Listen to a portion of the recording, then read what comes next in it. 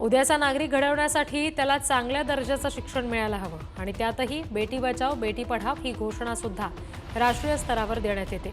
मात्र मध्य प्रदेशच्या भोपाळमधल्या बारखेडा पठाणी या शाळेतली ही घटना बघितल्यानंतर सरकारनं दिलेल्या घोषणांबद्दल खरंच गंभीरता आहे का असा प्रश्न तुम्हालाही पडेल। मुलींची शाळा भरली होती, शिक्षिका अगदी मनापासून त्यांना शिकवत होत्या आणि हे शिकवत असलेला धडा मुली सुद्धा अगदी मग्न होऊन गिरवत होत्या। मात्र त्याच वेळी सरकारी अनास्थेचं दर्शन घडवणारी घटना घडली। शाळेच्या छताचा हा स्लॅबचा काही भाग कोसळला। सुदैवाने या घटनेतून शिक्षिका आणि मुली सुद्धा बचावल्या।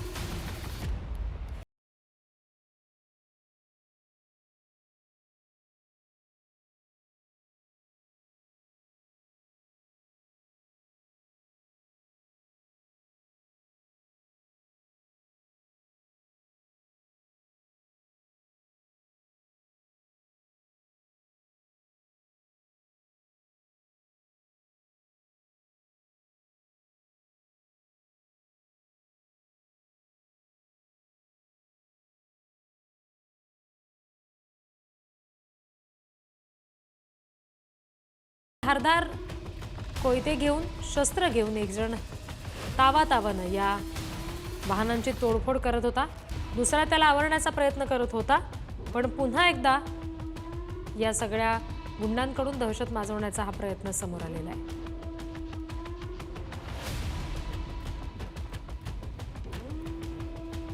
मंडळी, ही घटना आहे जालन्याच्या नागेवाडी शिवारातली। रात्रीच्या वेळी एक हॉटेल मालक आपल्या हॉटेलवर बसलेले होते आणि त्यावेळी काही गुंड हॉटेलमध्ये आले। त्यांनी हॉटेल मालकाला लाठ्याकाठ्यांनी मारहाण करायला सुरुवात केली।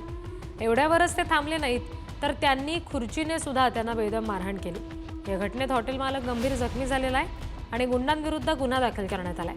मात्र किरकोळ कारणांवरून ही अशी मारहाण दादागिरी थांबणार आहे की नाही असा प्रश्न या निमित्तानं उपस्थित झालाय।